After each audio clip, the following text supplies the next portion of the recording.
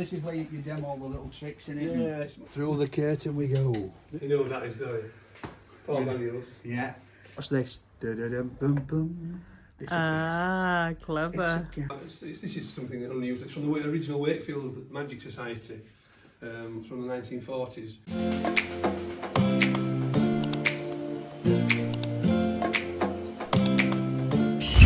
Morning guys, how you doing? So today I'm taking Sophie to a place that is it's dear to my heart, to be honest. I've been going to this place for, oh god, probably 25-30 years, to be honest. About 25 years I reckon. I haven't even been open that long. Might be 20 years. I know that my little lad Kyle, I'd had him an hour going, but it's a magic shop in Wakefield called Merlin's now. They started off, I think, in Wakey Market, did Mark, and he met Phil, and he opened up this shop, and it's proper bricks and mortar magic shop. You go in and I just love it. I love it. They always try and get me to spend money, and they always manage to get me to spend something. So hopefully today my mission is to go in there and not spend a penny. That's my mission, but also show Sophie around, introduce her to Mark and Phil if they're in. Knowing Phil is probably off eating cheese somewhere and drinking wine. So, but this used to be my Saturday morning trip. Used to come, used to get a bacon sandwich on way in, go see him, spend a load of money on a load of magic, go home and just start magicking my life away. We're in Wakefield City Centre. Come from the other side of the town here. Alright, and it's just down here. The sign has faded over time. A bit white now, but the magic and fancy dress and jokes is still there.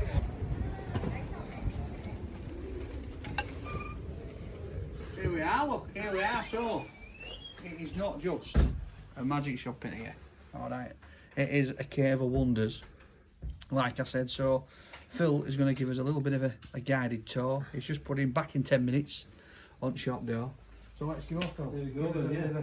So like I said, we've got most of the magic stuff down, like a little demonstration centre there that we have.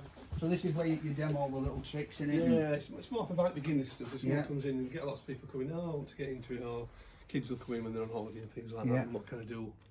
And yeah, so we have little tricks on there that are quite easy to do, not difficult. Yeah. Right, here we go. Oh, through the curtain we go.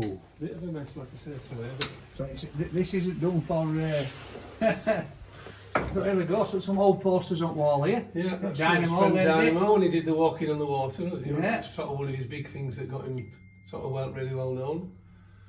Is that Mark's International Brotherhood certificate there? It is up there, yeah. I've got one of them. This is Mark got Where's yours? Las Vegas, well, you know, the Las Vegas thing with your Magic Star thing.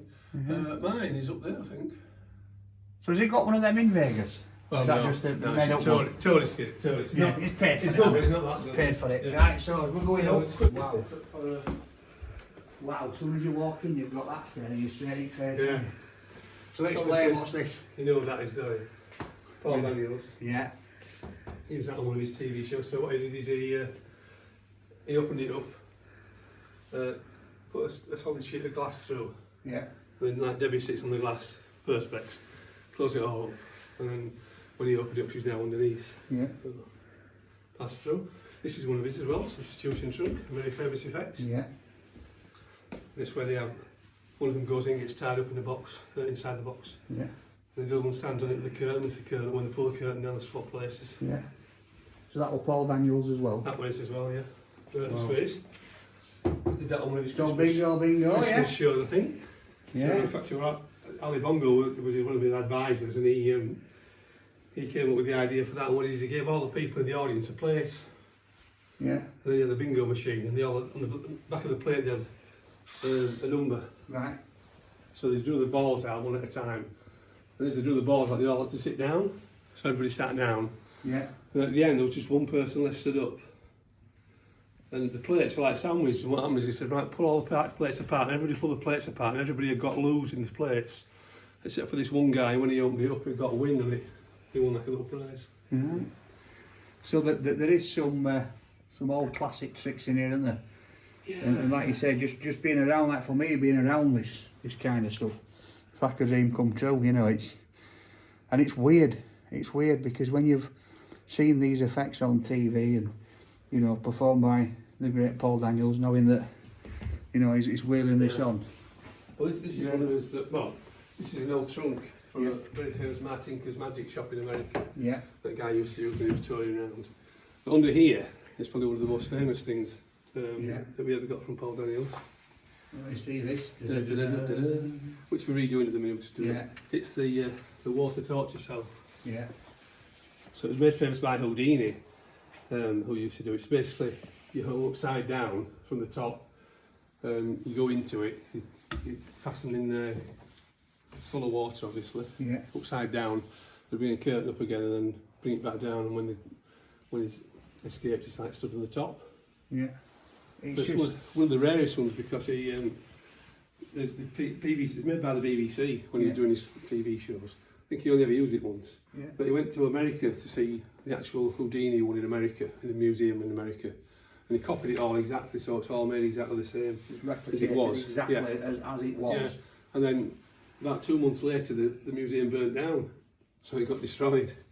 So this is like the replica of? Yeah, one of the bare replicas that's left. Yeah. His son did it on TV. Yeah. Martin Daniels. But it's, so, you know, for me, I love coming in the ceiling. It just gives you that, and this is what I'm talking about when people say that things are moving to online. For this to disappear in a quick magic act, to be absolutely gutted for some people. And like you said, for the older generation that have been around this and have seen these and have seen this on TV, the younger generation, you know, that, you know, you walk in and see Dynamo's deck of cards on here, that they're jumping about like lunatics, and they won't appreciate some of this. But you know, the older guys like myself, they do, we do. Well, that's one of the pictures you went to see. This is something unusual. It's from the original Wakefield Magic Society from the 1940s. And is it? A chap. So it's from 1940s, like that medal? Yeah. So it was all, these are like some cutting, some shows that they did around about. There was a chap and a lady that used to own a shop just down the road from us. Her grandparents ran it. So when she closed the shop and retired, she said, "Oh, do you want the memorabilia thing?" So we got a frame and put it in there. So it's just a little bit of history of the, you know, original Wakefield Magic Society. So over the years that Merlin's has been here and I've been coming, this shop, you've changed it round. How many times? Oh, we've swapped and changed quite a few. Let's try and keep up to date. We used to do a lot more costumes and that and stuff, but we don't do so much these days. But it's like, I remember one time they'd come in and like there'd be cabinets down middle, so like all these would be full of old tricks, and then next time I come in it's all moved about, and then there's still some tricks in here that were here when I first come, but some old ones. Some old ones, yeah. Old ones but good ones. Yeah. So come on then, tell us a little bit about it. So how did it all start? When did it start? Oh God, a long time ago. You had a bit more hair then. I didn't actually. I've got about the same hair. Have you? Have you been using that Miracle Grow? Yeah. No, it was when I first got into magic. When I was about 20 in my 20s, and there weren't anywhere to really go for magic unless you were a member of a magic club or a society. It was a bit of a close knit thing. I had to get into. There's no internet obviously in those days. Yeah. And I saw this advertisement in. It could be more like local paper, maybe Wakefield Express or something. Am I allowed to say that? Wakefield Express for new members for Barnsley Magic Club. Yeah. So I thought, oh, give it a go. That. So I went along and did a little audition. And that's when I met Mark at Barnsley Magic Club. Yeah. And we got together. I got to know him quite well. And we got on really well. And we used to make bits and pieces because every sort of meeting you used to have to do like a little trick. And those days, but I had to get hold of things. So unless you got a lot of money, because back in those days, like 30, 35 years ago, the DVDs weren't even a thing. Or VHS in those so days. Like you've got here in the background all these books. Yeah. And some of these have got some of the best tricks in that you're ever going to know, and it's quite funny because I've had a few of these off you in the past, and I've had a look through of these, and then when you see magicians of today's age, they're using these, but they're just updating them, aren't they? To today. A lot of information in those books is, like I say, before we used to get information when I first met Mark, we used to make his own bits and pieces and stuff, and he couldn't get stuff anywhere else, so we used to make up bits, and then members would used to say, "Oh, can you make me one?" And we ended up making bits for everybody. Yeah. And then other clubs from an area, "Oh, my mate from your club has got this. Can you make me one?" So we thought, oh God, we're going to end up making for everybody. So we decided to start a little shop. Yeah. So how long have you been in here? Well, we've actually been in this shop about 20 years. Yeah. So we're in the market for about 3 years. And then it got to sort of outgrow that. And we had another little shop which was just as big as this shop, a bit further down here, Yeah. that we rented. But it was just this floor because the upstairs was the hairdressers. And then this shop came available a couple of years later. So we bought this shop because we own this premises. So we've got the ground floor, we've got the next floor upstairs, which is a storeroom, and then we have a top floor, which we use for as magic clubs and meetings and things like that. Because I remember when I went up there once, it's like a bit of a museum piece as well. There used to be some stuff up there. I don't know if you've still got it. Yeah, we have, yeah.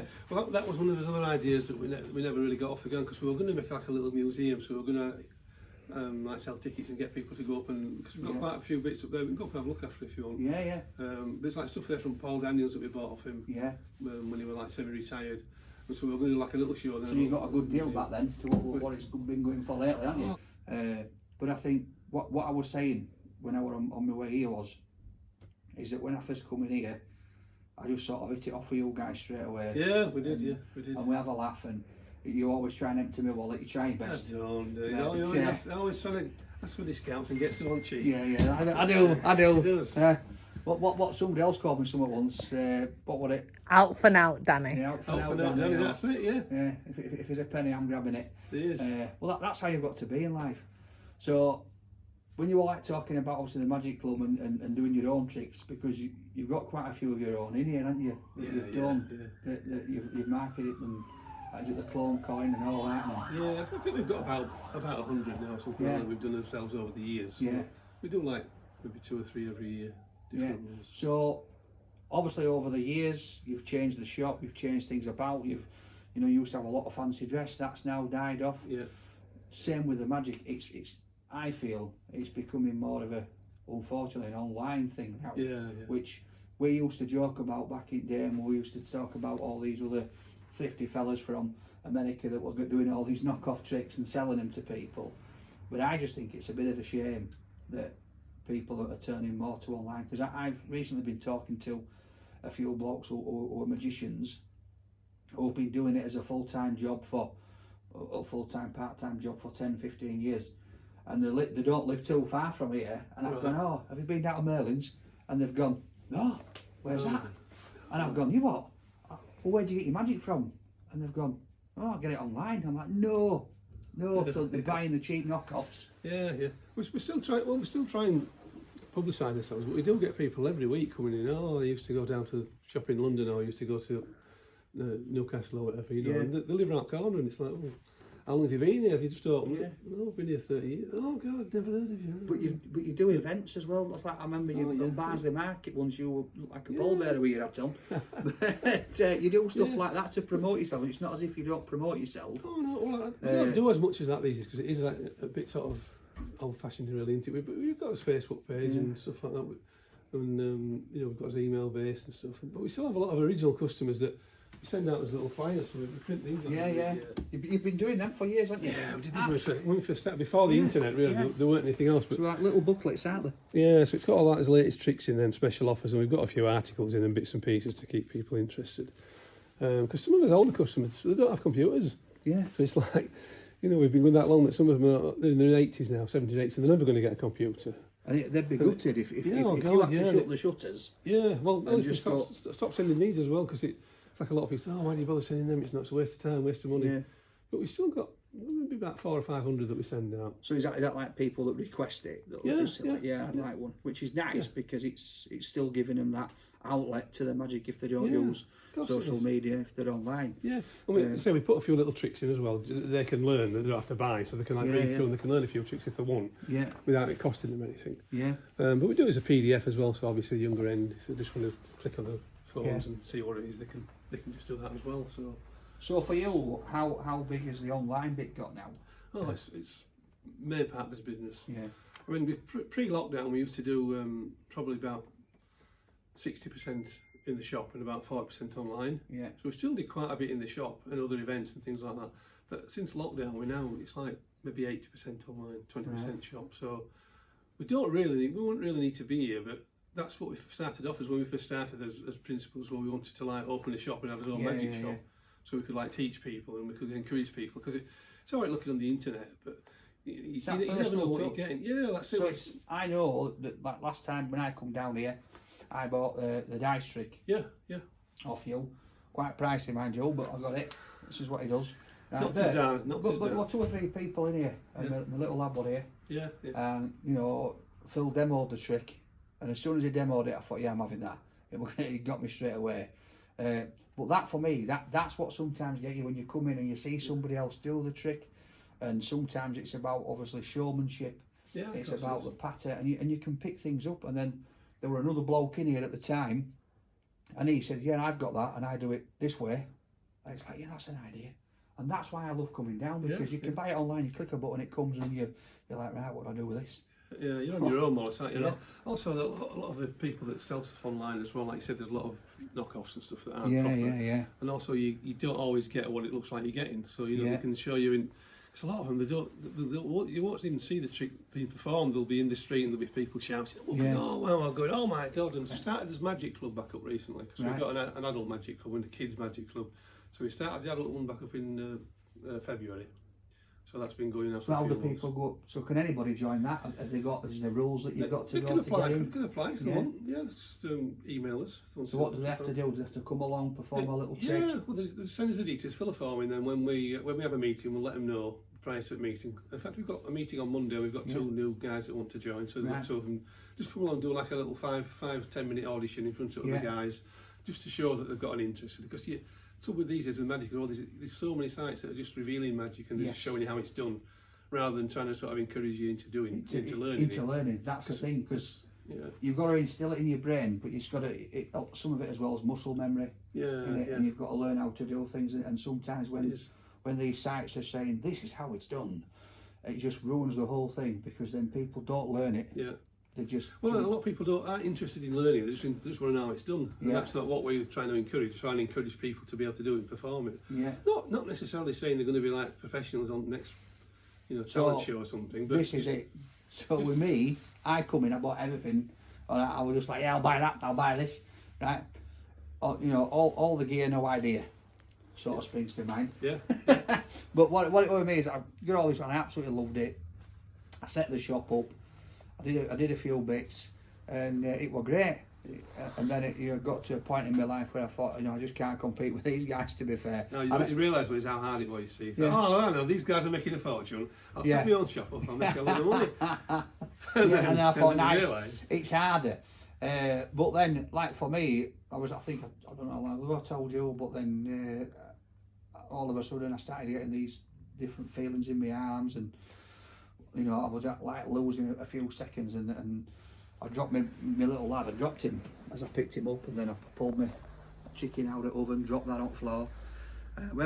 12 months went for all these tests, and it turns out I've got this thoracic outlet syndrome, that's nerves in my spine. So I sort of lose like a millisecond or a second off my thing. My brain just can't compute. Yeah.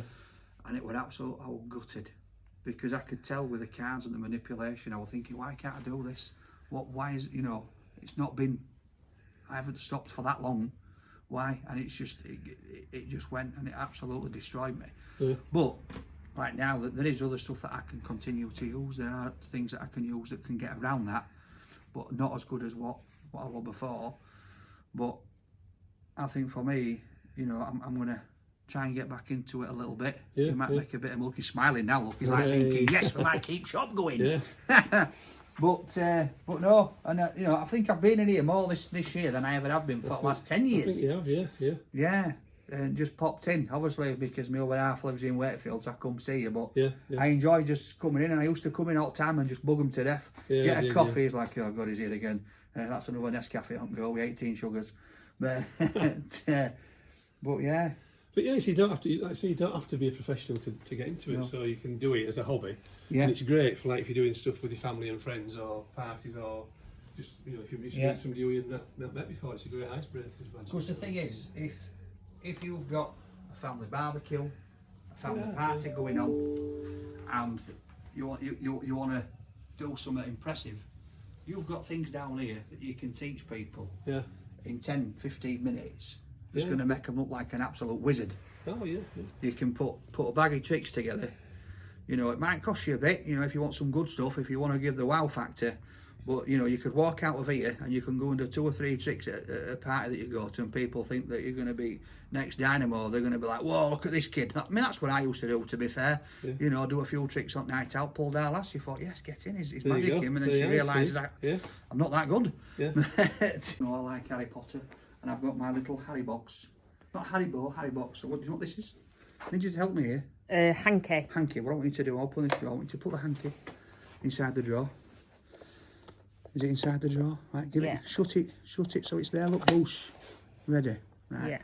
What I want you to do, blow on it. Give me a magic blow. We like this magic blowing. Watch this. Da-da-dum, boom, boom. Ah, clever. It's a kind of magic.